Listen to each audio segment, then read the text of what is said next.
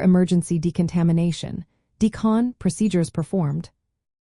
Imagine a situation where someone has been exposed to dangerous chemicals or biological agents. What happens next can make a huge difference in safety and health. That's where decontamination procedures come into play. They are carefully designed steps to remove or neutralize harmful substances from people or equipment after an incident. The goal is to protect the individual, responders, and the environment from further harm. The process begins with moving the exposed person away from the contaminated area. This is called evacuation. It stops additional exposure and keeps the hazard contained. Next, the person's clothing and personal items are carefully taken off.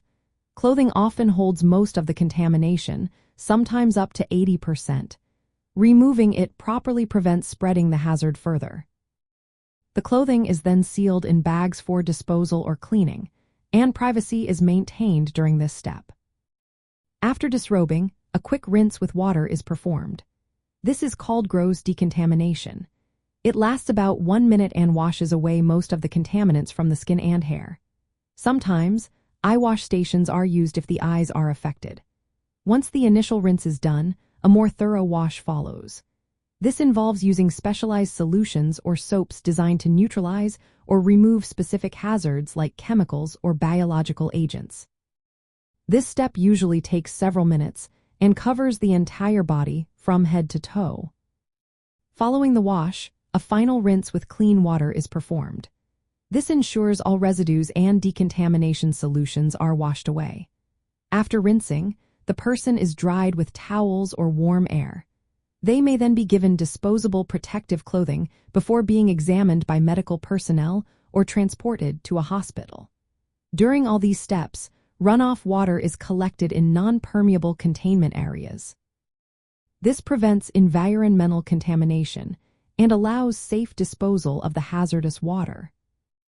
Responders involved in decontamination wear protective gear suited to the hazard level. This can range from simple splash protection with goggles and gloves to full suits with self-contained breathing apparatus.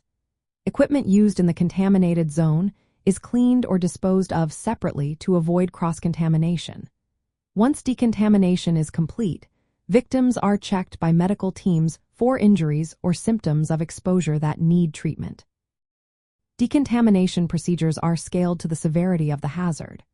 For low-risk incidents, simple water flushing with minimal protective gear is enough. For more dangerous situations involving visible hazards or known chemicals, full protective suits and containment measures are used. In cases of severe contamination, immediate flushing and full PPE are essential to prevent further injury or environmental damage. Setting up a decontamination station involves using tepid water, gentle spray showers, and privacy screens. Clear instructions in multiple languages help victims understand how to self-decontaminate if possible. Having a buddy system ensures safety during the process.